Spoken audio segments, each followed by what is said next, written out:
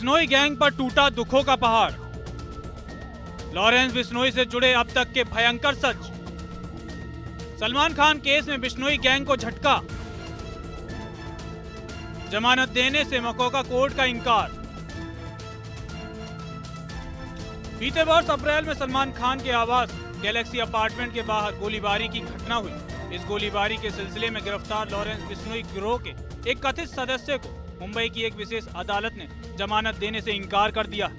अदालत ने कहा कि आरोपी मकोका प्रावधानों से सिर्फ इसलिए बच नहीं सकता क्योंकि उसकी कोई आपराधिक पृष्ठभूमि नहीं है। महाराष्ट्र संगठित अपराध नियंत्रण अधिनियम यानी मकोका के न्यायाधीश महेश जाधव ने शुक्रवार को आरोपी सोनू चंदर उर्फ सोनू कुमार बिश्नोई की जमानत याचिका खारिज कर दी। इस मामले की विस्तृत जानकारी सोमवार को उपलब्ध कराई गई।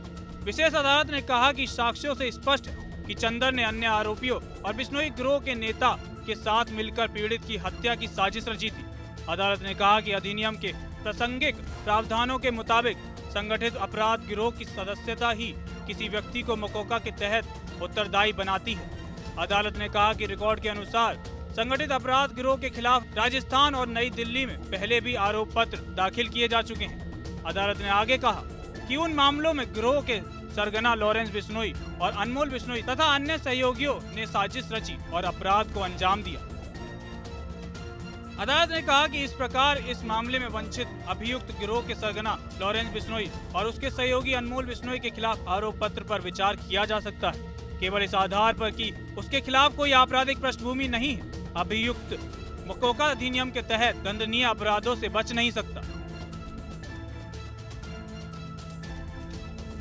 अदालत ने फैसला सुनाते हुए कहा कि आवेदक मकोका अधिनियम की धारा 21(4) के तहत जमानत की 2 शर्तों को पूरा करने में विफल रहा, इसलिए वह जमानत का हकदार नहीं है। अदालत ने कहा कि संबंधित अधिनियम में यह आवश्यक है कि आरोपी के निर्दोष होने और जमानत पर रहते हुए कोई अपराध करने की संभावना नहीं होने के लिए उचित आधार हो। विक्की गुप्ता और सागल पाल नाम के 2 बाइक सवार बदमाशों ने पिछले साल अप्रैल में अभिनेता सलमान खान के बांद्रा स्थित गैलेक्सी अपार्टमेंट के बाहर गोलीबारी की थी। पाल, गुप्ता और चंद्र न्यायिक हिरासत में हैं। इस मामले में दायर आरोप पत्र में लॉरेंस और अनमोल बिश्नोई को वांछित आरोपी बताया गया है, लेकिन लॉरेंस बिश्नोई गैंग पर दुखों का पहाड़ टूटना तय है। ब्यूरो रिपोर्ट, जनतंत्र टीवी।